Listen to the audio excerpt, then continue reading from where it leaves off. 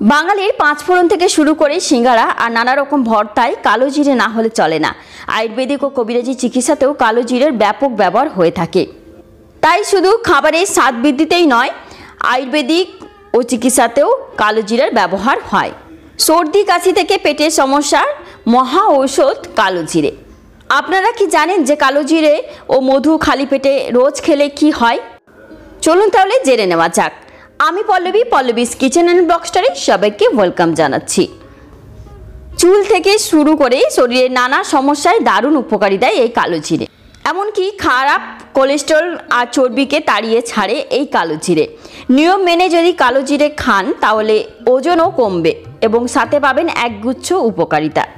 কালো জিরের বীজ থেকে এক ধরনের তেল তৈরি হয় যা আমাদের শরীরের জন্য অত্যন্ত উপকারী।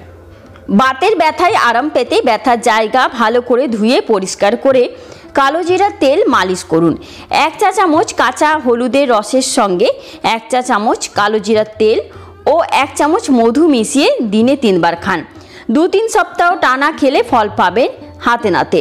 পিঠে ব্যথায় ভুগছেন তো কালো জিরার থেকে তৈরি তেল আমাদের দেহে বাসা বাঁধা দীর্ঘমেয়াদী রিউমেটিক এবং পিঠে ব্যথা দূর করতে সাহায্য করে। এছাড়াও সাধারণভাবে কালো জিরা ও মধু খেলেও অনেক উপকার পাওয়া যায়। রোগ প্রতিরোধ ক্ষমতাকে আরও শক্তিশালী করে তোলে কালো জিরে। নিয়মিত কালো জিরা খেলে শরীরের প্রতিটি অঙ্গ প্রত্যঙ্গ সতেজ থাকে, যে কোনো জীবাণুর বিরুদ্ধে প্রতিরোধ গড়ে তুলতে দেহকে প্রস্তুত করে তোলে এবং সার্বিকভাবে স্বাস্থ্যের উন্নতি করে।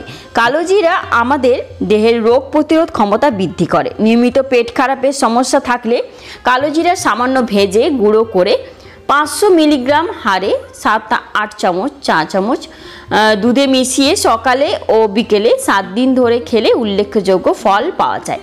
তাই সকালে কালো জিরার সঙ্গে মধু মিশিয়ে খেতে পারেন।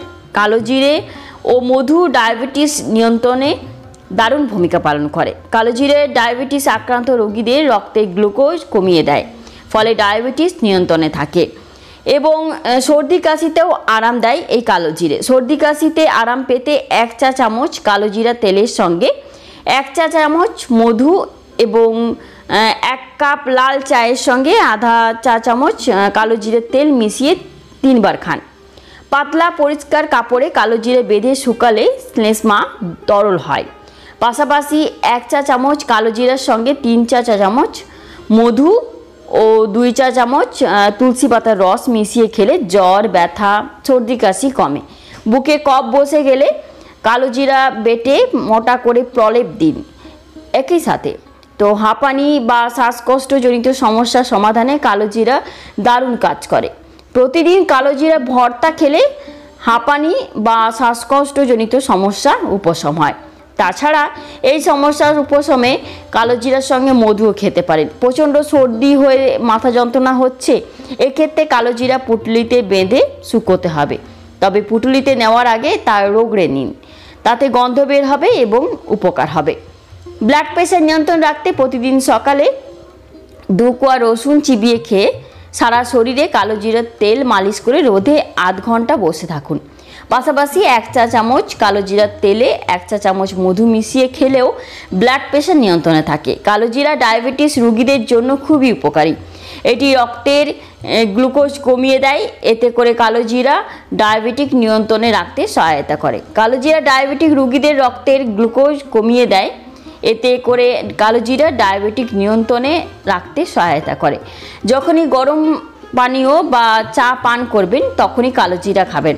গরম খাদ্য বা ভাত খাওয়ার সময় কালো জিরার ভর্তা খান, রক্তচাপ স্বাভাবিক থাকবে। এছাড়া কালো জিরা, নিম ও রসুনের তেল একসঙ্গে মিশিয়ে ব্যবহার করুন। এটি 2 থেকে 3 দিন পরপর করা যায়। নিয়মিত কালো জিরা খেলে দেহে রক্ত সঞ্চালন ঠিকমতো হয়। এতে করে মস্তিষ্কে রক্ত সঞ্চালনের বৃদ্ধি ঘটে, যা আমাদের স্মৃতিশক্তি বৃদ্ধি করতে সাহায্য করে। শিশুর দৈহিক ও মানসিক বৃদ্ধিতে কালো জিরা বেশ উপকারী। নিয়মিত কালো জিরা ও মধু খাওয়ালে দ্রুত শিশুর দৈহিক ও মানসিক বৃদ্ধি ঘটে। কালো জিরা শিশুর মস্তিষ্কে সুস্থতা এবং স্মৃতিশক্তি বৃদ্ধিতেও অনেক কাজ করে। কালো জিরার তেল ব্যবহার করলে চুল ঘন হয় এবং চুল পড়া অনেক কমে যায়। নারকেল তেলের সঙ্গে কালো জিরার তেলের মিশ্রণ চুলের গোড়ায় লাগালে চুলের ঘনত্ব বাড়ে। তাই বলি, চুল থেকে শরীরের নানা সমস্যায় দারুণ উপকারী এই কালো জিরে বা কালো জিরের তেল। তাই বিভিন্ন রোগ সারাতে বিশ্ব জুড়ে কালো জিরার ব্যবহার হয়ে আসছে। এটি বীজ হিসাবেও যেমন উপকারী, তেমনি তেল হিসাবেও।